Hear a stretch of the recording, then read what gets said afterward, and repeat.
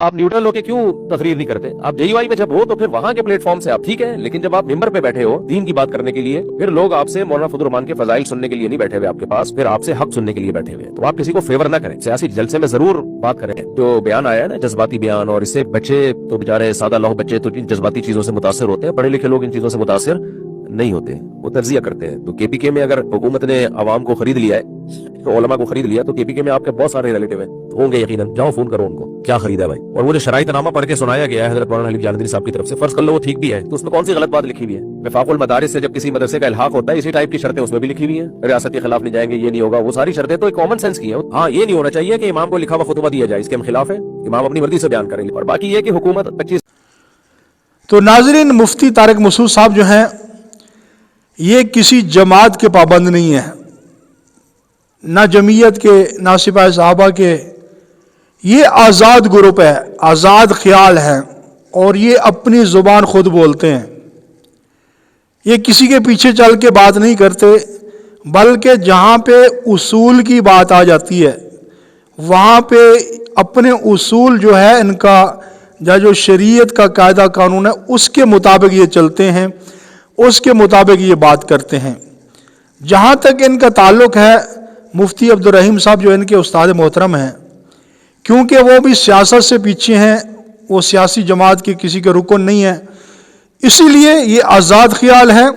جو ان کو اچھا لگتا ہے اور یا جو شریعت کے مطابق ہوتا ہے، قانون کے مطابق ہوتا ہے، یا کسی کی بھلائی کے لیے، کسی کی خیر خواہی کے لیے، یہ آزاد خیال ہے. یہ وہ الفاظ بولتے ہیں جو یعنی ان کے اوپر کسی قسم کی پابندی نہیں ہے، یہ کسی کی تقلید نہیں کرتے ہیں، بلکہ یہ آزاد خیال ہیں.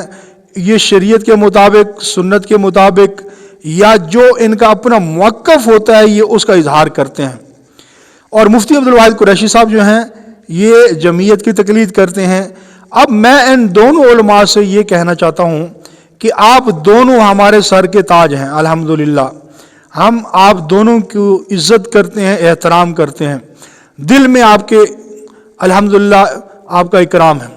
لیکن اس مسئلہ پر آپ دونوں نے ایسی باتیں کی ہیں کہ اخلاقیات سے گری ہوئی باتیں کی ہیں، اور آپ دونوں ہی علماء دیوبند کے نمائندے ہیں. تو آپ کے فالوور، آپ کو سننے والے لاکھوں کی تعداد میں، ملین میں ہیں. تو اب جن لوگوں نے ان دونوں کی بحث و مباحثہ کو سنا ہوگا کہ اخلاقیات سے گری ہوئی باتیں کر رہے ہیں، تو یہ امت کو کیا پیغام دے رہے ہیں، لوگوں کو کیا میسج دے رہے ہیں، اور دونوں علماء دیوبند کے شہزادے ہیں. تو اس سے کیا ہوگا کہ لوگوں کے دلوں کے اندر تشویش پیدا ہو جائے گی کہ یار یہ علماء دیوبند ہے، دونوں ہی دیوبند ہیں، اور ان دونوں کی آپس میں نہیں بنتی ہے، اور ایک دوسرے سے گری ہوئی اخلاقیات والی بات کرتے ہیں.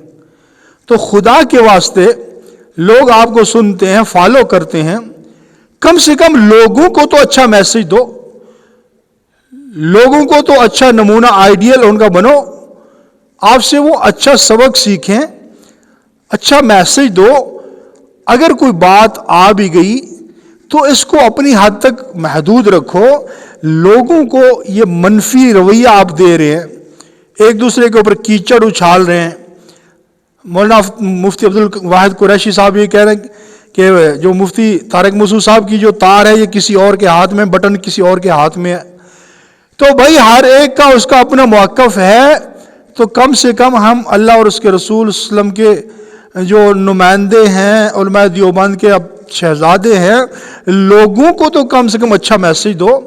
اور یہ اخلاقیات سے گری ہوئی باتیں اور ایک دوسرے کو ٹارچ کرنا، ایک دوسرے کے اوپر کیچڑ اچھالنا، یہ علماء دیوبند کا شیوا تو نہیں ہے. لوگوں نے ہم سے کیا سیکھنا ہے؟ تو اسی لیے میں دست بدستہ آپ دونوں سے گزارش کرتا ہوں کہ یہ جو سوشل میڈیا پر بیٹھ کر آپ ایک دوسرے پر کیچڑ اچھال رہے ہیں، ایک دوسرے کو نیچا دکھانے کی کوشش کر رہے ہیں کہ تو کون ہوتا ہے، میں کون ہوتا ہوں، ٹٹ فار ٹٹ، بدلے کا عدلہ ہوگا، تو یہ انتہائی غلط بات ہے. میں طالب علم ہونے کی حیثیت سے میں یہی گزارش کروں گا کہ خدا کے لیے عوام الناس کو کوئی اچھا میسج دو، کوئی اچھا پیغام دو، اخلاقیات والی باتیں کرو، لوگوں کو جوڑنے کی باتیں کرو، لوگوں کو توڑنے کی باتیں نہ کرو۔ اللہ تعالیٰ سے دعا ہے کہ اللہ ان دونوں ہمارے شہزادوں کو صحت والی، عافیت والی زندگی عطا فرمائے، اور اللہ پاک ان دونوں سے اپنے دین کی خدمت کا کام لے۔ اللہ پاک ہم سب کو عمل کی توفیق دے۔